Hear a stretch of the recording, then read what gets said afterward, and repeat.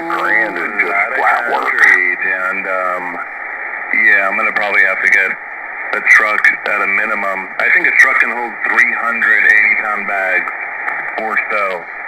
So yeah, interesting. Well, based on this, I'm definitely not going to do Quikrete. A lot of bags, isn't it? Yeah, I've done that gig before. I put a deck in up in Ohio when we lived up there, and I had 54 post holes, 48 inches deep, and I did all the concrete in the footer of the post holes, and it took me like 3 or 4 days.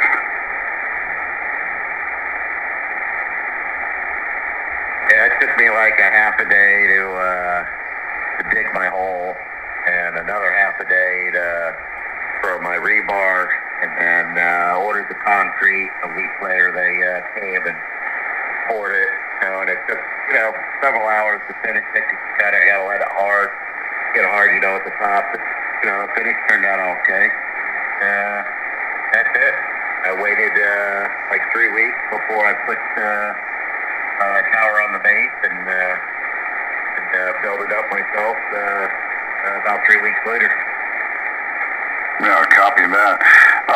So did you have somebody come out and finish for you, or did you just do it yourself? No, I just did it myself. Yeah, copy. Cool.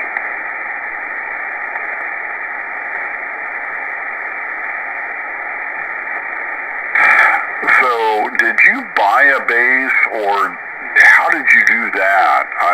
The part that's in the concrete, how did you do that? You buy the plate and the J-bolts and all that?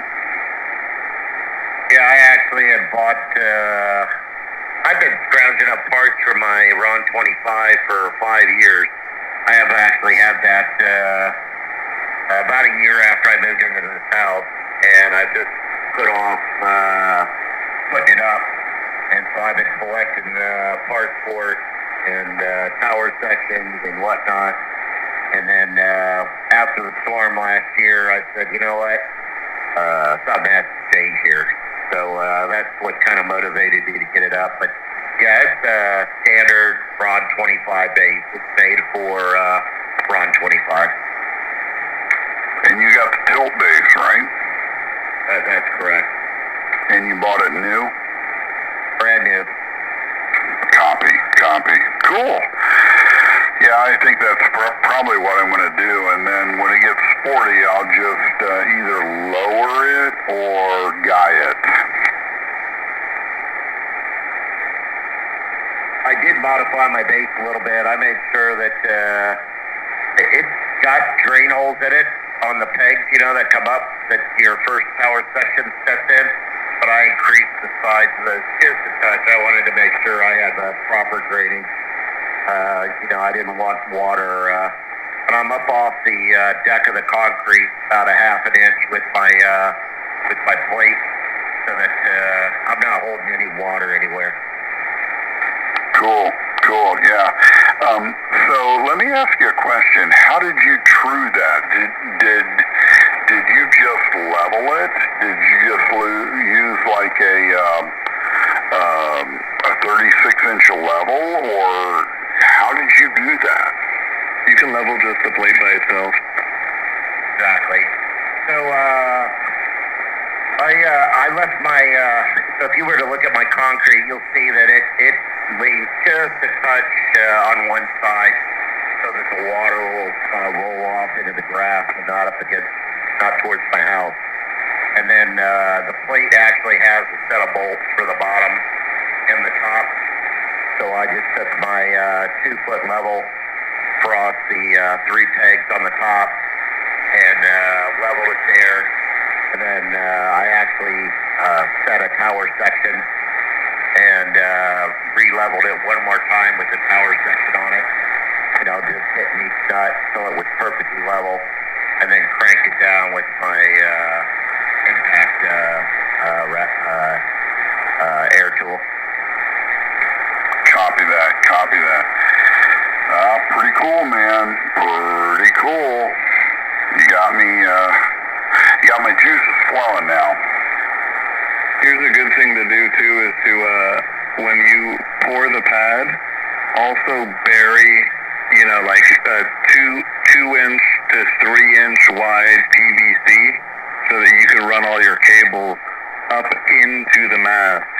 A lot of people really don't think about that shit and they end up just laying cables on top of the, whatever. Yeah, copy that.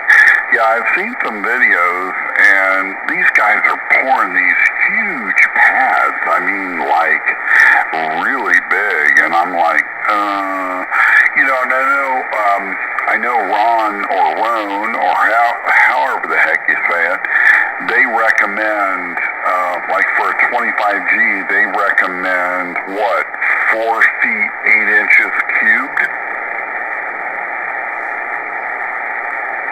Yeah, I went 3 feet by a little less than 5 feet. I went a little bit wider on the top. I just thought it would have more stability going a little bit wider. Copy that. Now, did you put rebar, did you drive any rebar horizontal?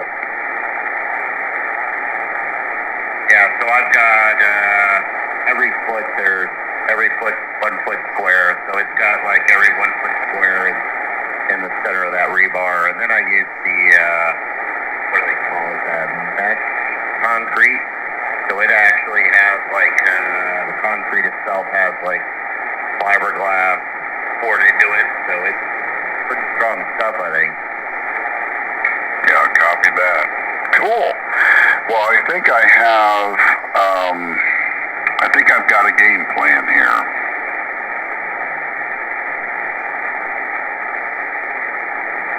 If you use it, I can give you some good tips on that, on how to reflare your ends, make sure they all go together real easy, and straightening out the legs if they're a little bent, pulling them all together with ratchet strap. I've been doing this for a while. Yeah, copy that. And Christian, I appreciate the tip there. Get that 2-inch conduit in there for sure. Yeah, or even a 3-incher. I've poured a lot of pads for pops and telecom, like cabinets and stuff, and that's always the way I've told the teams to do them, is just make sure you bury all of that stuff so that way when the fiber gets up, we want to run the fiber into the cabinet. Sometimes you see some of these jank things, like there'll be a pipe that they'll put the cabinet towards the end of the pad or whatever, and then come out of the ground into the cabinet. It's like really ghetto looking and stuff. So Yeah, copy that. I think I'm going to go ahead and get that little project started. I've got about every kind of shovel known to Florida man down here in Englewood, so I can get that knocked out. I'm probably not going to be able to do it in a day like Jerry did, but heck, over the course of 2 or 3 days, I should be able to do it. I mean, after all, I put my own irrigation system in and my own well. I drilled my own 3-head well, so I think I should probably be able to do something like that. Question, Jerry, did you have permitting to do with the county that you're in? Trying to hear me here? No. I have, I guess I could have. I've got engineering drawings. I did pay an engineer like $1,200, structural engineer. So I do have my engineering drawings, but I decided to just go for it and see what happens. Okay, yeah. They have a nominal cost here. I think it's like $100 to file, and then a start of work filing here in Charlotte County. But I'm like, man, I'm just putting concrete in the ground. What the heck? yeah, if you're in an HOA, dude, it sucks. You're just gonna get the one person that doesn't like it, because you know there's going to be people that just think it's an eyesore and they're going to just easily punch your name in, run the permit, and screw with you. That's the one of the perks of the old HOA. Yeah, I'll probably do it legit, because when my neighbors see it, they're gonna like drop a log, if you know what I'm saying. But you might contact the county and see what the requirements are. I know here in Pinellas they do require a set of engineering documents. That was probably the hardest part for me, just finding a structural engineer and getting him to sign off on the actual bill. Yeah, I think here in Charlotte County you can just file, they've got engineering drawings, Ron or Roan. How do you say it, by the way, Roan or Ron? It's Roan Tower. Okay, so anyway, Roan's got drawings, and so what I would do is just submit that with the permit. They might require, I would call ahead of time and make sure they might require a signature and a seal.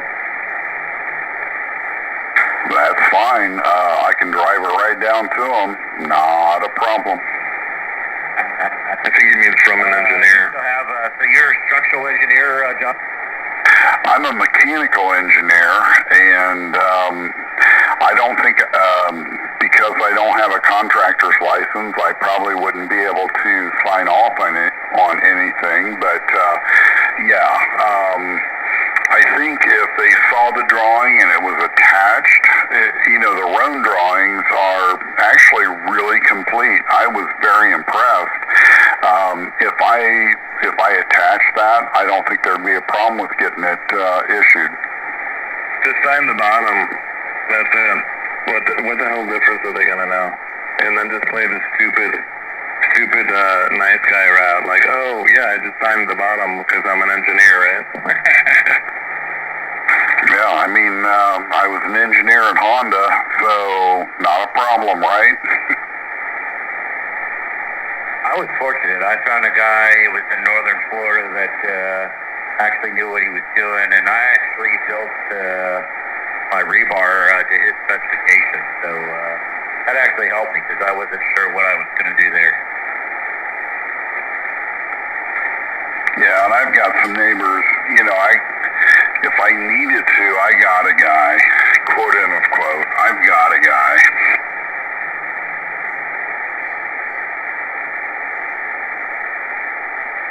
All right, well, cool. I think I'm going to move forward on this, at least get things going, and probably have to order I don't know. I don't think I'll have to order a drawing review. I mean, these drawings are good on their own website. No, you need the freaking review after your shit's done, and that's the best part. Yeah, I copy that. Yeah, just call the county, see what the requirements are. In what was it, 93, I used to live right there at Artist Avenue, and what the heck is that, 776 behind the bank. I had a 100-foot tower of Ron 25 up in my backyard there, John. Okay, copy that. Nobody ever said a thing. What's that? Sorry? Nobody ever questioned it. I never went out for a permit, or no neighbors bothered me, or I guess back then they didn't really care. Yeah, copy that. Yeah, I've got kind of a different situation here. I'm in Rotonda West, and I think I'm going to get some pushback once once everybody sees this thing go up. I don't know. As I remember through the years, there's been many hams in that area, and they've always been able to operate fairly efficient. So I would imagine that they'd be somewhat accommodating to hams in that area. Hey, and another thing is too, just for shits and gigs, print out your FCC extra whatever thing. There is something in the FCC rules and regs and all that does give some kind of preference to hams. I don't know. I gotta find it, but there's some kind of preference to hams and their towers and shit, and jurisdictions that want to be a pain in the ass or whatever. Oh yeah, I've already gone down that road with them. It's section 49, and I actually submitted that with the application. Basically, it boils down to sufficiency. What is sufficient in order to operate based on your current level of licensing? And since I'm an extra, I have full access, and that's essentially how I phrased it or how I framed it when I went through for the approval. So there's no issue. There's complete understanding as part of the approval process already. So yeah, that's actually a really good point.